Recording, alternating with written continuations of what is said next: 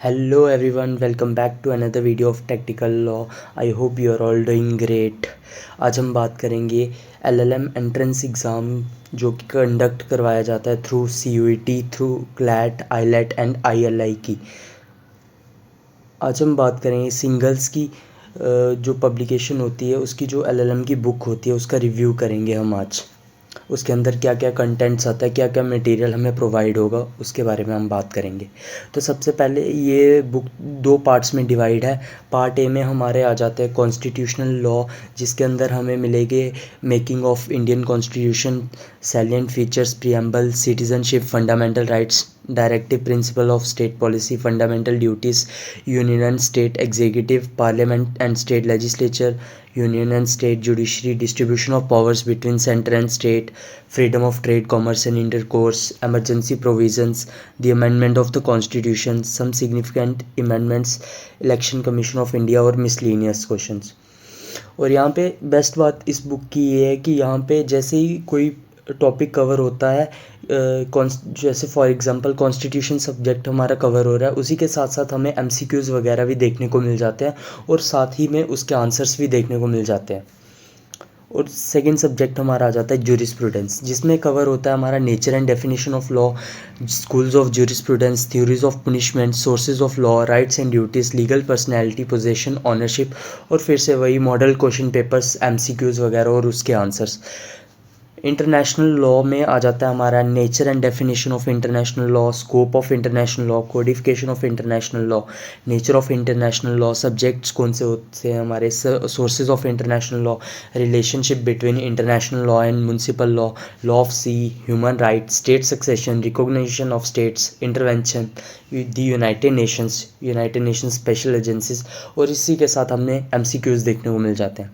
Fourth subject हमारा आता है इन्वायरमेंटल लॉ। इसमें कवर होता है हमारा meaning and scope, emergence of environment legislation in India, international environment law, fundamental principle of doctrine of environment protection, law of crimes and environment, the national green tribunal act 2010, the water act 1974, the Air Prevention and Control of Pollution Act 1981, the Environment Protection Act 1986, and then we MCQs।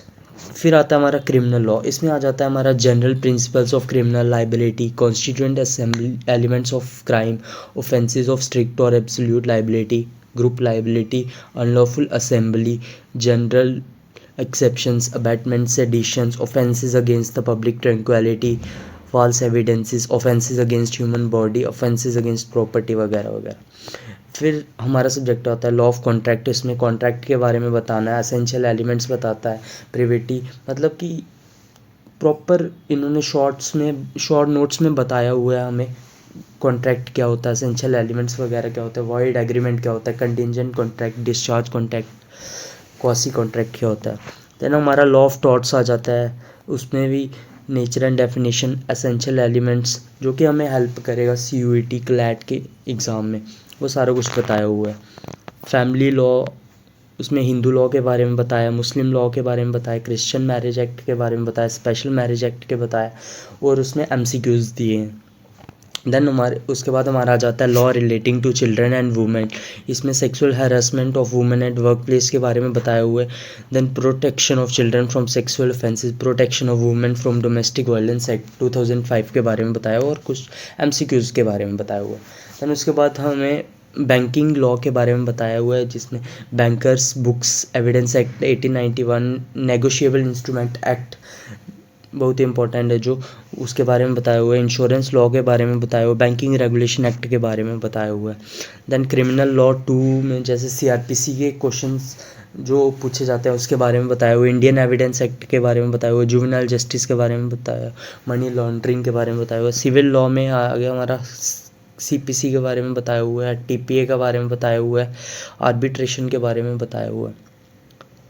And उसके बाद हमारा sales of good act में बताया हुआ है। इसमें MCQs वगैरह दिए हुए हैं शॉर्ट में MCQs, और उसके साथ में आंसर्स मिले हुए हैं, जैसे पार्टनरशिप एक्ट 1932 ये मॉडल क्वेश्चन पेपर्स मिले हैं, administrative law, taxation law, intellectual property law, cyber law, consumer protection act 1986 के MCQs है, consumer protection act 2019, company law right to information act 2005, labour law के क्वेश्चन आंसर हैं, professional ethics and professional accounting system का थोड़े MCQs हैं।